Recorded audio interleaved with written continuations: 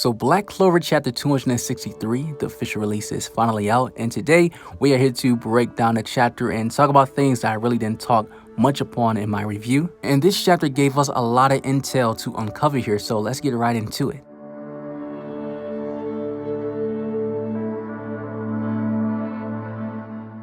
Now, one thing I want to go more in details with, because I talked about this briefly in my chapter review, but when Nacht interrupted the captain's meeting and they thought he was an intruder, they was ready to fight him, he summoned 4 creatures where Asta assumed that these 4 creatures were devils, which is an indication that they are because we know that Nacht, he is a devil-possessed user, and we see that these creatures all have horns. So this may mean that Nacht has 5 demons in his possession, including the little one that was on his shoulder, but I believe that it may be 5 demons. Until we get more information, I want to say this could be 5 because this also represents a German fairy tale, a folklore, because each creature represents a cat, a donkey, a dog, and a rooster, which is a German fairy tale folklore that could be based on this. If you ever heard of the German story called The Town Musicians of Bremen, it is based on these 4 creatures. I talked about this a little bit in my review, but to go more in detail with it, the story is about 4 aging domestic animals who, after a lifetime of hard work, are neglected and mistreated by their former masters. Eventually, they decided to run away and become town musicians of the city of Bremen. And I believe the correct pronunciation of it is Bremen. So if I said Bremen earlier, my apologies to my German audience. Now, the reason why this could be a strong indicator of the representations of Nacht's demons is because Nacht's name is German, and Nacht's demons look like a donkey, a dog, a cat, and a rooster, which is a story based in a German fairy tale. One of the main things that Tabata loves to do is to take reference and put it in his story from other stories, like in mythologies and different religions, different cultures, and Norse mythology or Greek mythology. So Nacht's name being a German name, and also the creatures that he has that are demons, also representation of a German story. It could be a reference that Tabata is doing here. And the thing about it, that these creatures were mistreated and escaped from their masters. If we imply that to the story of Black Clover, these 4 demons could be a representation of them escaping from the underworld from a demon king, which would not be far-fetched in the story of Black Clover because we know that demons escaped as well. Zagrid was one of the demons that also escaped from the underworld, so I believe this is a strong reference here. Now, Julius lets everyone know that Nacht is a vice captain and he belongs to the Black Bulls, although he didn't know that this man was a devil-possessed user, but he had him spying in the Spade Kingdom. Now, when I first read this, I was just thinking to myself, like, how did Julius didn't know? Because Julius is a guy who spies on everyone, but it all makes sense from Jack's statement because Jack's seen this guy before as well, but he noticed something different about Nacht. And soon as Jack realized who he was, his eyes just got huge, like, oh, I got it, I know who this guy is. And Jack said, aren't you? But your magic was, and Nacht responded saying he's gone, saying that his old self is gone away. So this means that when Jack and Julius knew about this guy, his magic was completely different, and we know that devil-possessed users have 2 types of magic. But the crazy thing about it was that Nacht used to be in the Grey Deers, and it seemed as though everyone was in the Grey Deers at one point. You know, all the legends. You had Yami, you had Nacht, you had Marks, you had Cobb, the spatial magic user who was opening up doors during the tournament. You had William and also had Julius. This whole squad is nothing but unique and weird magic type of talent. You know, this was the Black Bulls before the Black Bulls. Like, I really wouldn't mind having a prequel movie or even a little filler episode based on the Great Deers when Yami, William, Julius, etc. were there back in the day. And since the series will be based on the Great Deers, just call the series Grey Clover, the prequel. Yeah? No? Grey Clover? Alright, no. Alright, anyways.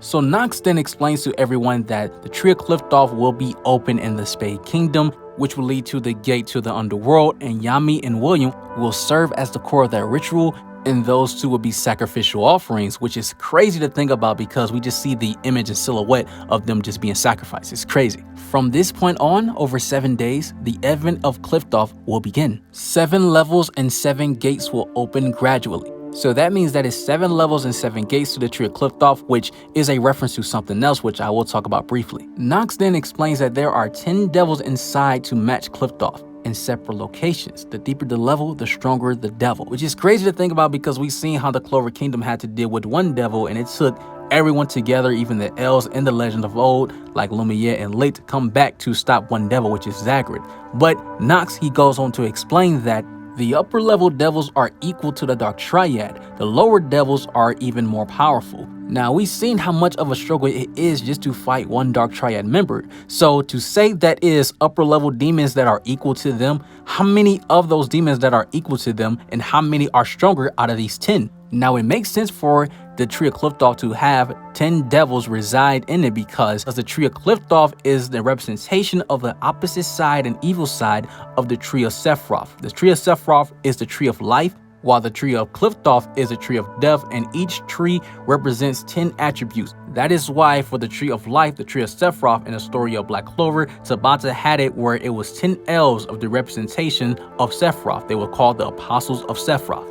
This is why it makes sense for the Tree of Qliphoth to have 10 opposites, 10 demons to the evil side of the tree. What Tabata is doing here is having a reference to the Kabbalah tree that is in Judaic teachings. The Kabbalah tree represents 2 twin trees. It's the Tree of Sephiroth, which is the Tree of Life, and the Tree of Qliphoth, which is the Tree of Death. I did make a video about this, so if you want to learn more about it, I will leave a card up on the top right hand corner so you can click that video after this one. But like I said, Tabata is a man of reference, and this chapter had a lot of them. Nacht then tells us that the devil Lucifero is also the final demon that will emerge, and once he emerges, the world is finished. And once that happens, Yami and William will die in the process, but they still have time. Now, this is another reference to Dante's Inferno that Tabata is doing here, because in the story of Dante's Inferno, Dante goes to the last level of hell, and in that 9th level, Lucifer is sealed and he is frozen. So this is another piece of reference that Tabata did in this chapter, and it really shows you that Tabata reads a lot of stuff to be able to pull references from mythologies and different stories and make it his own thing. I think it's really dope.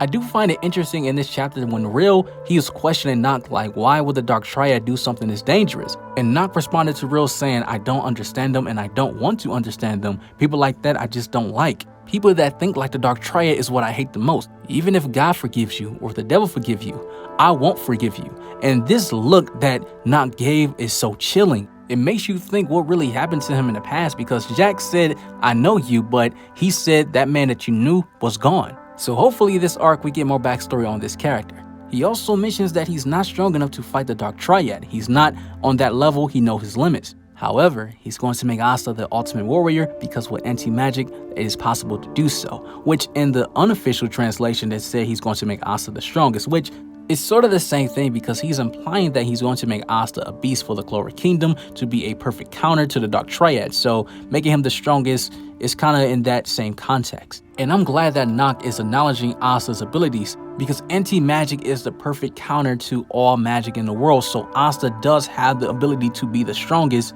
in the entire world. Like in-game Yuno and Noel, they're going to be powerhouses, but Asta, in-game Asta is just going to be unstoppable. And Nacht sees the potential there, which I like. Nacht then goes on to say that in the next 3 days, the gate of the Underworld will be open. So before that, we must retake William and Yami and destroy the Tree of Qliphoth. To that end, we will build up an elite force around Asta, made up with those with the potential to defeat a devil, and mount on the assault to attack the Spade Kingdom.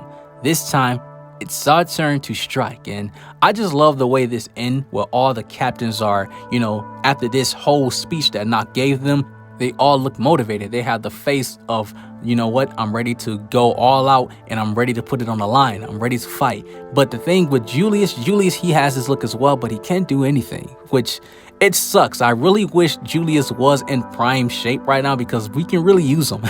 But we know that they need to assemble a team around Asta that has the potential to defeat a devil, which we know that potential are arcane stage mages. But even though tier 1 and tier 0 can keep up with a devil, despite them being arcane stage or not. But the question is, can they defeat a devil? And we've seen so far that even being arcane stage is not enough. The only person that has the ability to fully counter a devil is Asta, so I think everyone needs to step up. But I do have theories of who else can be involved in this war, third parties that can participate and help the Clover Kingdom, and I will say that for a different video. But if you guys enjoyed this video, make sure to leave a like. If you are new, subscribe with notification bells on. Comment below, let me know what you guys think about the chapter. Join my Discord, link in the description. Follow me on Twitter, that's in the description as well. You guys have an awesome life. Take care of yourselves, and I'm out.